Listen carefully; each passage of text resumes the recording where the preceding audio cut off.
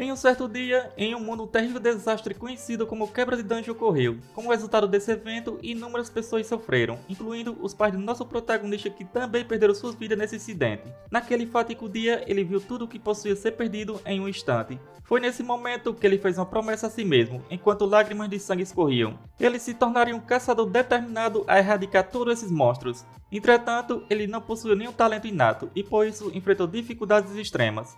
Contudo, um dia ele foi convocado para a Torre dos Desafios, marcando o início de uma viravolta em sua vida. Essa é a parte 3, caso ainda não tenha visto a outra parte, deixarei uma playlist abaixo para vocês. Agora continuaremos de onde paramos. Sung-woo estava bastante contente por toda a recompensa do sétimo andar estarem relacionadas com a velocidade. Após isso, ele decide entrar na loja de habilidades para verificar quais habilidades poderia comprar. No entanto, percebe que as habilidades disponíveis não são tão atrativas e além disso tem um preço bastante elevado. Mesmo assim, ele opta por adquirir a habilidade Círculo de Mana de Rank D- por 15 mil pontos, pois ele sente uma grande necessidade de adquirir uma habilidade de magia. Além disso, ele compra a habilidade Resistência a Mana de Rank D- por 12 mil pontos. Essa habilidade dá ao seu corpo uma resistência contra a influência da mana, proporcionando uma defesa maior contra ataques mágicos de outros indivíduos. Ele acredita que ao possuir resistência à mana, poderá enfrentar habilidades como Coração Caridoso.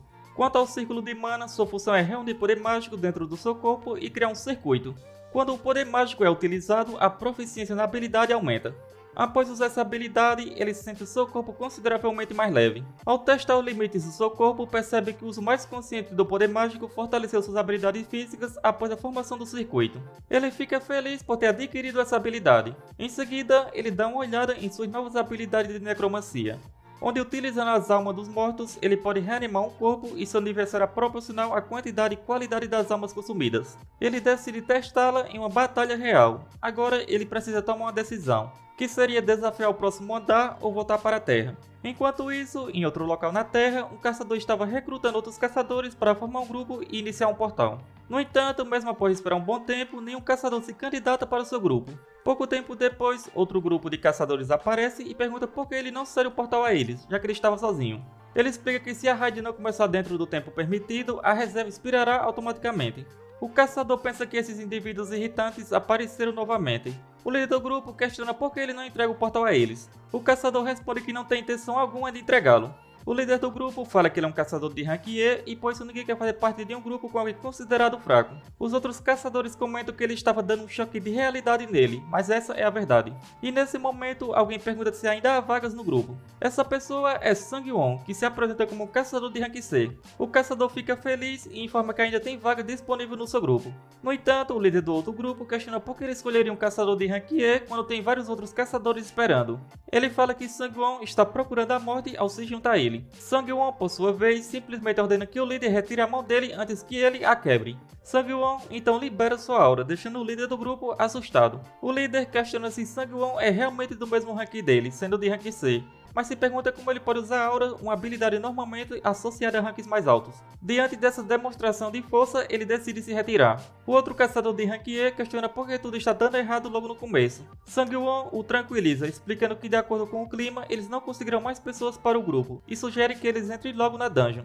O caçador pergunta se apenas eles dois vão entrar, e Sung-won confirma. E assim, eles entram na dungeon. Sung-won tranquiliza o caçador, dizendo que ele é capaz de derrotar a maioria dos monstros de rank D. O caçador pergunta se não foi ele mesmo que disse anteriormente que esta seria sua primeira dungeon. Sung-won confirma, pensando que a Torre dos Desafios não é uma dungeon. O caçador diz que pode soar rude, já que são recém-conhecidos, mas atacar uma dungeon é um trabalho onde a vida está em risco. E dada a diferença de rank entre um caçador de rank E e um caçador de rank C, ele pergunta quem tem mais chance de morrer. Ele menciona que as pessoas normalmente presumem que o caçador mais fraco é o mais vulnerável, mas na realidade um caçador de rank E tem mais cuidado e portanto tem chance menor de morrer. Por outro lado, um grupo de caçadores de rank D tende a ser muito confiante, o que os torna mais propensos a morrer. Ele explica que dungeons são lugares muito mais perigosos do que o imaginado, especialmente vindo para um lugar assim sem um tanque e sem um suporte. Sung-won responde que o caçador disse faz sentido. O caçador diz que apesar de ser apenas um rank E, já possui bastante experiência com dungeons, e pede para ser o líder do grupo. Sung-won pensa que gostaria de liderar, mas vai deixar o caçador assumir o papel. O caçador agradece e afirma que isso é para garantir a segurança de todos, e espera que Sung-won não se sinta ofendido. Sung-won pensa que vai confiar nele por enquanto. Pouco tempo depois, eles se deparam com o Homem-Lagarto. O caçador comenta que eles são conhecidos por usar habilidades com armas, indicando que encontrar um deles não é um bom sinal. Ele decide atrair a atenção do Homem-Lagarto e pede para Sang-won atacar quando ele der o sinal. Sang-won pensa em observar como o caçador experiente lida com a situação. No entanto, para sua surpresa, Sang-won percebe que o caçador estava apenas tentando assustar o monstro. Ele sabia que tinha um tempo limitado na Terra, então se estivesse tendo dificuldades logo no início com o Homem-Lagarto, ele gastaria todo o seu tempo apenas nessa dungeon. Assim, Sang-won decide agir por conta própria.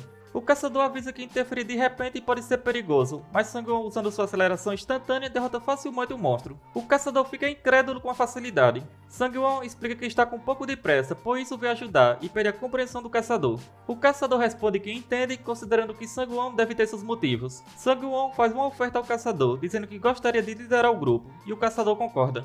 À medida que continua adentrando a dungeon, encontra vários homens-lagartos, mas Sang-won os elimina sem dificuldades graças às suas habilidades. O caçador observa e comenta que isso é um massacre, imaginando que está testemunhando um supernovato que chocará a sociedade de caçadores. Após eliminar os homens-lagartos, eles coletam as pedras mágicas de rank D-.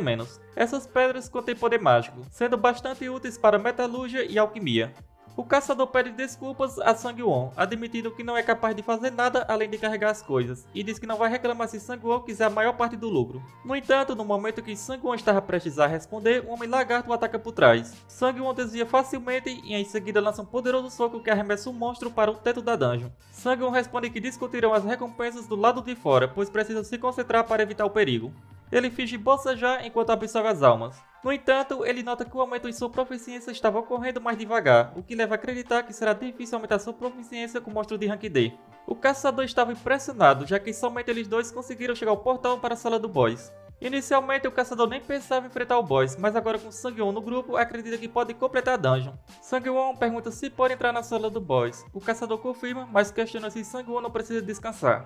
Sang-won responde que está tudo bem e assim eles entram na sala do boss, onde eles terão que enfrentar o Rei Lagarto. O caçador pergunta qual é o plano, mas Sang-won responde que só precisam esperar um pouco. Em seguida, rapidamente o Rei Lagarto parte para cima deles. Sang-won fica um pouco surpreso, pois apesar do seu tamanho, o rei é bastante ágil. No entanto, isso não significa que ele não possa ser alcançado. Mas quando ele tenta acertar um golpe, o Rei Lagarto se defende e arremessa Sang-won para longe. E como resultado, Sang-won acaba usando uma das suas almas para absorver o impacto. No entanto, ele estava um pouco satisfeito, já que dava para testar suas novas habilidades. O caçador acreditava que Sang-won teria morrido com o ataque desse monstro. E como o trono do Rei Lagarto foi destruído, ele fica bastante irritado e ativa uma habilidade chamada Movimento Lentos, que reduz em 25% a velocidade de movimento de Sang-won. Entretanto, a habilidade Avanço Forçado de Sang-won é ativada. E como ele tem mais do que o dobro do poder mágico do usuário da habilidade Movimento Lentos, todos os efeitos de lentidão são anulados. O Rei Lagarto fica surpreso com essa reviravolta. Sang-won pensa que estava em dúvida sobre como uma habilidade feita de sintetização funcionaria, mas parece ter funcionado bem. No entanto, o caçador acaba sendo afetado pela habilidade Movimento Lentos e pede ajuda a Sang-won. E nesse momento, o Rei Lagarto decide atacar o caçador. Sang-won tenta intervir rapidamente, mas percebe estar longe demais. Por isso, ele ativa sua habilidade Invocação do Mortos, trazendo 2 esqueletos à vida. Os esqueletos são facilmente destruídos como Sang-won esperava, mas esse breve atraso foi o suficiente para ele. Onde usando 6 stacks da sua habilidade Graça do Vento, ele aumenta sua velocidade em 60%. E assim, ele dizima o Rei Lagarto e salva o caçador. E a dungeon é concluída. Ao absorver a alma do Rei Lagarto, seus atributos aumentaram exponencialmente. Além disso, ele conseguiu absorver uma das habilidades do monstro, os Olhos Espirituais de rank D-, que permitem perceber ataques invisíveis do oponente durante uma batalha. Do lado de fora, um dos funcionários da organização comenta que, tirando o fato de 3 portais terem sido abertos ao mesmo tempo, nada de especial ocorreu. Ele menciona que quando o grupo de caçadores sai após atacar facilmente o portal, o grupo de raid da associação chegará para concluir a tarefa. Ele também comenta que se o grupo de caçadores limpasse o portal de uma vez, seu grupo de gerenciamento receberia um bônus. No entanto, ele acredita que isso só seria possível se tivesse um caçador de rank A. Embora fosse uma loucura, um caçador de alto nível está ali. Em seguida, Sang-won e o caçador saem do portal, e o funcionário fica surpreso por serem apenas 2 pessoas que retornaram. Ele supõe que eles tenham saído após limpar metade da dungeon, mas para sua surpresa, o portal começa a ficar cinza, indicando que a sala do boss foi derrotada. Ele rapidamente pergunta se o portal foi realmente limpo. Sang-won retruca perguntando quem é ele para fazer tal pergunta. O funcionário se apresenta como Odin, responsável por emergências que ocorrem nesse parque. Ele lidera o grupo de gerenciamento de portais da Associação de Caçadores. O caçador pergunta se ele veio para comprar a reserva do portal, e Odin confirma. Ele expressa interesse em fazer uma oferta para os dois. mas o caçador esclarece que não pode tomar essa decisão, revelando que Sang-won limpou a dungeon sozinho. O Odin fica surpreso, sugerindo que se Sang-won limpou sozinho, deve ser um caçador de rank A. Sang-won, porém, corrige, afirmando que é um caçador de rank C. Ele diz que a classificação não importa agora e que deve ir direto ao ponto, enquanto Yojin está disposto a pagar pelo portal. Sang-won percebe que será complicado se a associação souber que ele é da Torre dos Desafios. O Odin propõe a pagar 1,2 bilhões de won pelo portal, o que equivale a cerca de 4 milhões e 400 mil reais. Sang-won fica bastante surpreso com a quantia. Em outro lugar, uma caçadora chamada Rayon comenta que desde que voltou da torre tem trabalhado sem parar. Ela lidera o grupo de administração de desafiantes da Torre dos Desafios e menciona que mesmo que os desafiantes estejam se escondendo, não achava que recrutá-los seria tão difícil, onde ela não conseguiu sequer 10 pessoas, e além disso são todos desafiantes que escolheram a dificuldade fácil, o que é insuficiente para atender às expectativas do seu superior. Ela se pergunta o que aquela pessoa estava fazendo, imaginando que ele era tão poderoso que não seria exagero dizer que ele limpou o quarto andar inteiro sozinho. Ela sente tristeza por não ter feito uma oferta a ele. Em seguida, ela recebe uma ligação e, para sua surpresa, era Sang-won. Ele menciona que poderiam se encontrar se ela estiver disponível. Em outro lugar, Sang-won ainda estava surpreso com a quantidade de dinheiro que ganhou ao vender o portal. Pouco tempo depois, Rayon chega. Sang-won percebe que ela estava exausta e se pergunta se ela veio correndo até ali. Ela comenta que ele não respondeu a sua mensagem e que esperou por muito tempo por ele. Sang-won se desculpou pela mensagem e revela que não tem interesses em tais assuntos, admitindo que esqueceu. Ela pergunta se ele parou de subir a torre e ele responde que planeja continuar. No entanto, ele entrou em contato porque precisa de um favor, que seria uma guilda que lhe permitisse entrar na torre e atacar as dungeons à vontade. Suas condições são ter autoridade para recusar convocações da guilda, que a guilda não interferir em suas ações dentro da torre e ter autoridade para usar as dungeons da guilda conforme desejar. Ele pergunta se tem alguma guilda que concorde com todas essas condições, mas ele percebe que o clima mudou e questiona se perdeu coisas demais. Rayon responde que as condições mencionadas são impossíveis, e sob a perspectiva da guilda, eles não têm nada a ganhar. Sang-won reconhece que perdeu demais. Em seguida, ela o convida a entrar na sua guilda Silver White, a fim de tornar realidade suas condições consideradas impossíveis. Sang-won acaba aceitando. Após esses eventos, ele pensa que atacou uma dungeon, obteve itens e até se juntou à guilda, considerando o dia anterior bastante produtivo. Entretanto, apesar de ter entrado na guilda, há mais uma coisa que ele precisa fazer. No dia anterior, Rayon pede que ele limpe uma dungeon de rank C sozinho, mencionando que ele precisa ser pelo menos tão forte para ser aceito por seu superior. Isso porque a autoridade para usar livremente as dungeons da guilda não pode ser concedida a qualquer um. Sang-won percebe que isso significa que apenas algumas pessoas podem aproveitar os benefícios das dungeons da guilda, sendo necessário ser uma promessa ou um caçador em que a guilda tem grandes expectativas. Sem hesitar, ele pede a ela que prepare uma dungeon de rank C para ele. E Sang-won estava a caminho dessa dungeon. Enquanto isso, Rayon estava fazendo as preparações para a dungeon. E logo em seguida, Sang-won chega. E como ele estava correndo rapidamente, cria uma forte rajada de vento com sua chegada. Ela não consegue acreditar que ele tenha gerado uma grande ventania apenas correndo. Em seguida, ela diz que já concluiu os procedimentos, então ele poderia entrar se quisesse. E assim, ele inicia a raid para provar suas habilidades, e os dois entram na dungeon. Ele percebe que a dungeon é um campo amplo e pede a ela que dê um sinal caso se sinta em perigo. Ela responde que ficará bem, pois está usando um artefato dado pela guilda, o colar da Imperatriz de rank A, um item com habilidade de escudo e uma capacidade adicional de furtividade. Além disso, ela acredita que se atrair a atenção dos inimigos, parecerá que está ajudando, então planeja manter-se afastada. Ele concorda com a ideia, mencionando que isso é ótimo pois ele pode lutar sem se preocupar com ela. Enquanto caminha um pouco, sua habilidade de olhos espirituais é ativada, permitindo que ele perceba inimigos invisíveis. Ele fica surpreso com o poder desses olhos do Rei Lagarto. Em seguida, diversos monstros avançam em sua direção. Rayon se surpreende com a presença de demônios venenosos mortais em uma dungeon de rank C, alertando Sang-won para ter cuidado, pois a dungeon parece ser irregular. No entanto, isso não é um desafio para Sang-won, que elimina facilmente os demônios. Rayon fica impressionada com sua proeza e pensa que isso é irreal, além dos limites da realidade. Ela sente-se satisfeita com sua decisão de tê-lo convidado. Enquanto continua avançando na dungeon, Sang-won derrota todos os monstros. Ele percebe que o efeito paralisante da sua espada raramente é ativado, às vezes até esquecendo da sua existência. Após eliminar todos os monstros, ele pede a Rayon que se aproxime, já que a área está limpa. Ela ainda está impressionada considerando que ele limpou a sala do chefe sozinho em menos de uma hora. Além disso, eles estão em uma dungeon irregular, onde os demônios venenosos mortais não são adversários para serem subestimados, onde esses monstros normalmente requerem um grupo de caçadores de rank C para serem enfrentados. No entanto, Sang-woo os derrotou com facilidade, levando Raion a acreditar que ele ainda crescerá muito mais além disso. Ao consumir todas as almas dos monstros, seus atributos aumentam. E como não teve dificuldade com os monstros, ele acredita que o chefe não será tão perigoso. E assim, eles entram na sala do boss. Ao entrarem, Raion comenta que é um pouco estranho, pois é impossível não sentir a presença de um monstro até esse ponto. Mas logo em seguida, o boss se dirige a Raion. Sang-woo percebe rapidamente o perigo e consegue salvá-la a tempo. O boss em seguida lança um poderoso sopro, mas Sang-woo consegue se esquivar. Após isso, ele avisa que lidará com essa criatura. Raion pergunta se gostaria que lhe desse um buff, pois eles poderiam confirmar suas habilidades em outro momento. Sang-woo nega rapidamente, dizendo que só precisa de um momento. Assim, ele salta próximo ao chefe, ativando sua aceleração instantânea junto com as botas rápidas e sua velocidade graça do vento, acumulando 70% de aumento em sua velocidade. E antes que o chefe lançasse outro sopro, Sang-woo, em menos de um segundo, já estava ao lado do boss, ativando sua habilidade 3 lacerações e dizimando o boss com facilidade. E assim, a dungeon é concluída. Ela estava sem palavras diante do que acabou de presenciar. Ao saírem da sala do boss, ela expressa surpresa pelo fato dele conseguir limpar uma dungeon desse nível tão rapidamente. Com isso, ela comenta que ele passou no teste e agora ele pode usar as dungeons da guilda White Silver. Ela também menciona que a guilda dela não deixará alguém como Sang-woo partir, pois reconhece seu valor.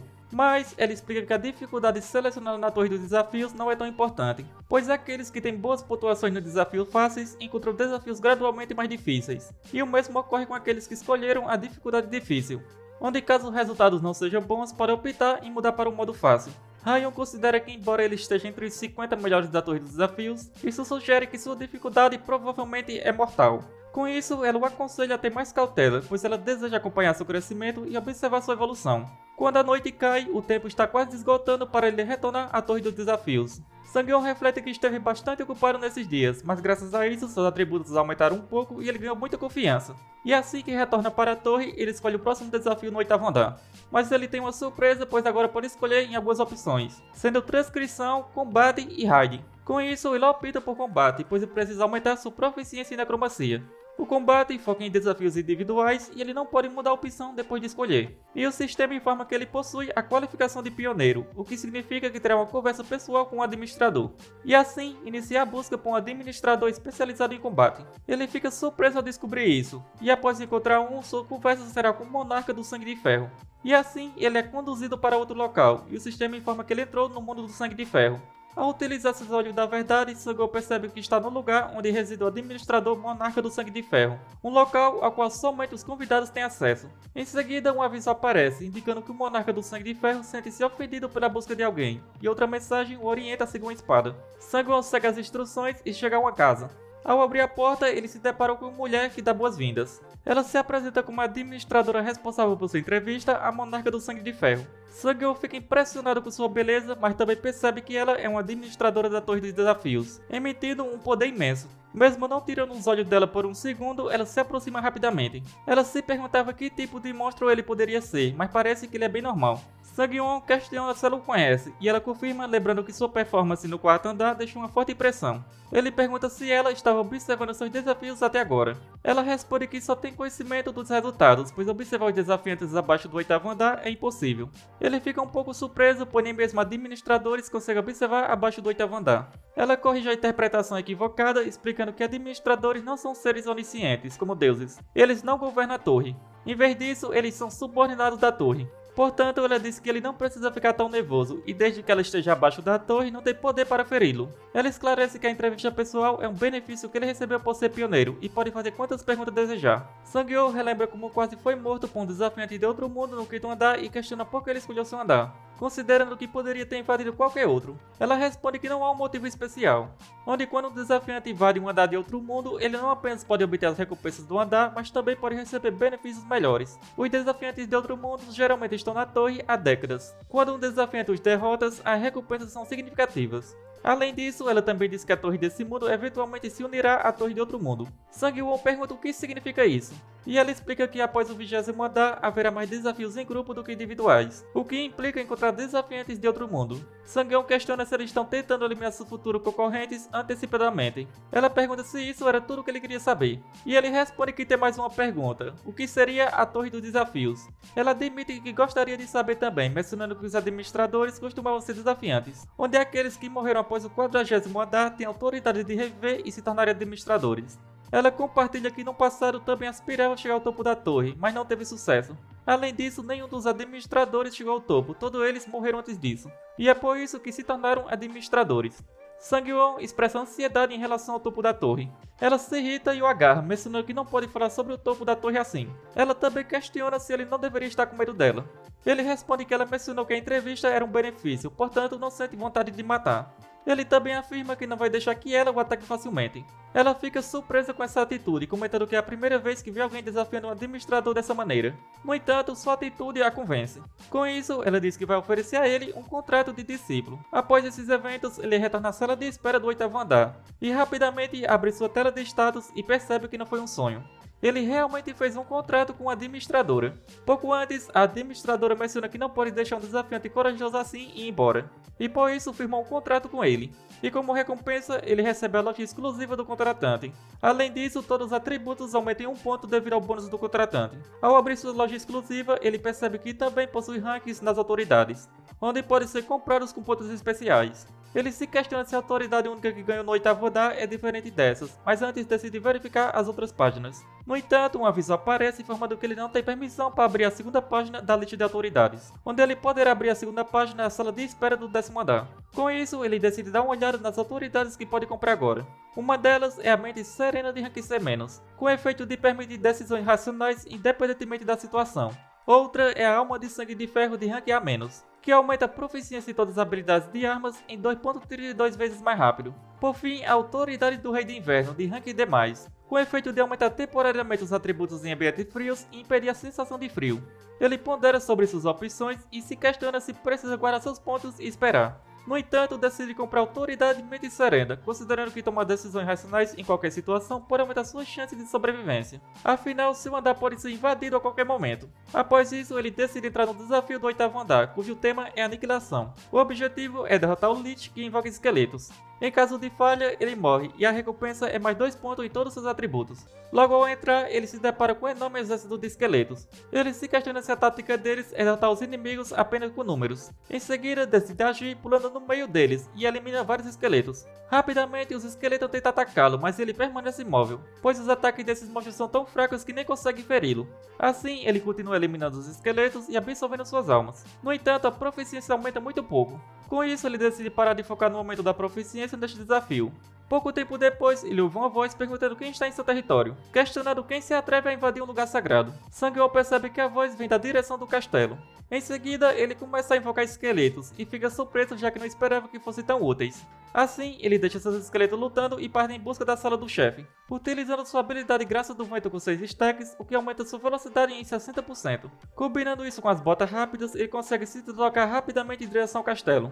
E finalmente ele encontra o boss. O boss fala como um humano inferior entra em sua terra sagrada, prometendo que pagará por isso. Em seguida, o boss invoca 2 enormes monstros. Sang-won percebe que esses monstros invocados estão praticamente no mesmo nível do Golem de Areia. O boss começa a rir, exibindo seu poder. Sang-won o provoca, questionando se o boss não consegue invocar algo mais formidável, afirmando que ficaria desapontado se fosse apenas aquilo.